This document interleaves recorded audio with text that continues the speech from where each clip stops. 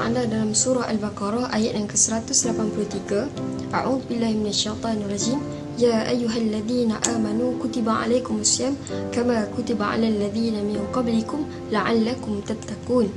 Yang bermaksud, wahai orang-orang yang beriman, diwajibkan ke atas kamu untuk berpuasa sebagaimana orang-orang yang terdahulu daripada kamu, supaya kamu bertakwa. Sahabat-sahabat sekalian, jadi kalau kita tengok balik dan jika kita teliti balik ayat surah Al-Baqarah 183 tadi, Allah ada firman di hujung sekejap. Allah kata la'allakum tattaqun. Sesungguhnya orang yang berpuasa tu akan menjadi seorang yang bertakwa kepada Allah Subhanahu Wa Taala.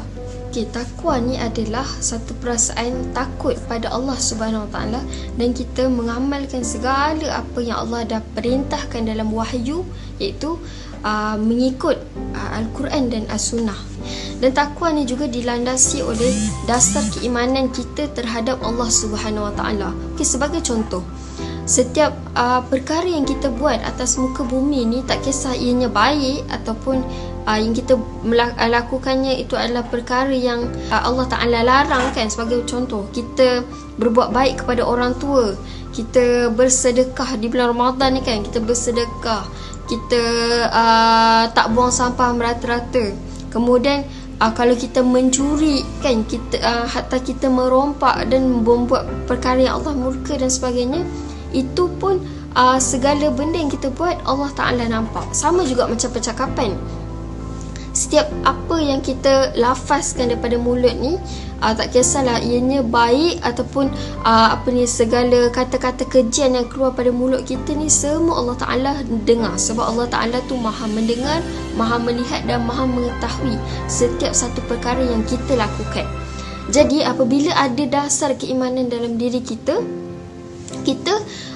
jadi timbul rasa takut tu, takut untuk berkata-kata yang tak baik, takut untuk buat perkara yang tak baik. So dari situlah sebenarnya timbul ketakwaan dalam diri itu. Okey sahabat-sahabat sekalian, lebih-lebih lagi sekarang ni kita dalam bulan Ramadan kan. Kita dalam bulan Ramadan ni kan, kita berpuasa, sebenarnya hanya kita dengan Allah Ta'ala sahaja yang tahu kita ni betul-betul puasa ataupun tidak kan. Sebab kadang-kadang malah tahu kan, kita puasa yang yuk kan, iaitu puasa buka periuk. Jadi bukan siapa-siapa, tak ada siapa-siapa tahu, hanya kita, diri kita dan Allah Ta'ala saja tahu kan. Jadi berpuasa ni sebenarnya sangat mendidik diri kita ni untuk lebih rasa takut lagi kepada Allah Ta'ala. Sebagai contoh, kalau kita berpuasa ni kan, ada nampak air sirap depan mata kan. Jadi walaupun masa tu tak ada orang, sunyi sepi, jadi hanya kita saja waktu tu. Jadi apabila ada air sirap depan mata ni, kalau kita minum, kalau sama ada kita minum ataupun tidak, orang lain tak tahu pun. Kalau orang lain tanya nanti, kau puasa tak? Kita boleh je cakap puasa, sedangkan kita dah minum dah air tadi. Jadi perbuatan puasa ni memang satu perbuatan yang hanya kita dengan Allah Ta'ala saja yang mengetahui lah perbuatan itu, sama ada ia betul-betul dilakukan ataupun tidak. Okey, jadi sahabat-sahabat sekalian, di bulan puasa ni lah iaitu bulan Ramadan, bulan yang bulan berkat, bulan mulia, bulan ibadah kan.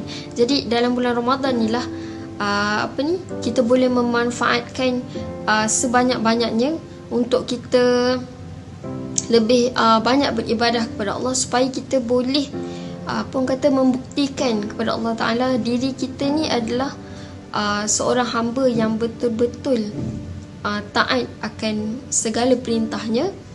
Dan di bulan Ramadan ni lah banyak peluang untuk kita melakukan pelbagai amalan kan.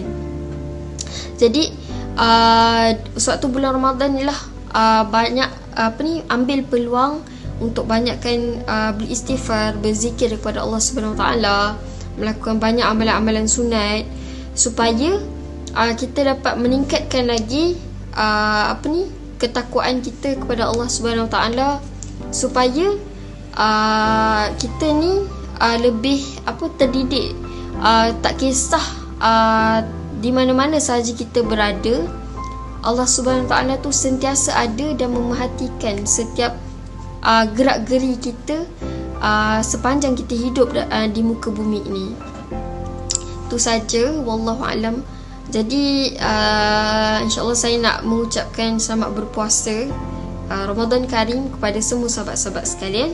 Semoga Ramadan tahun ini bukanlah menjadi Ramadan yang sia-sia untuk kita. Semoga Allah Ta'ala menerima segala amalan kita. Itu saja. Assalamualaikum warahmatullahi wabarakatuh.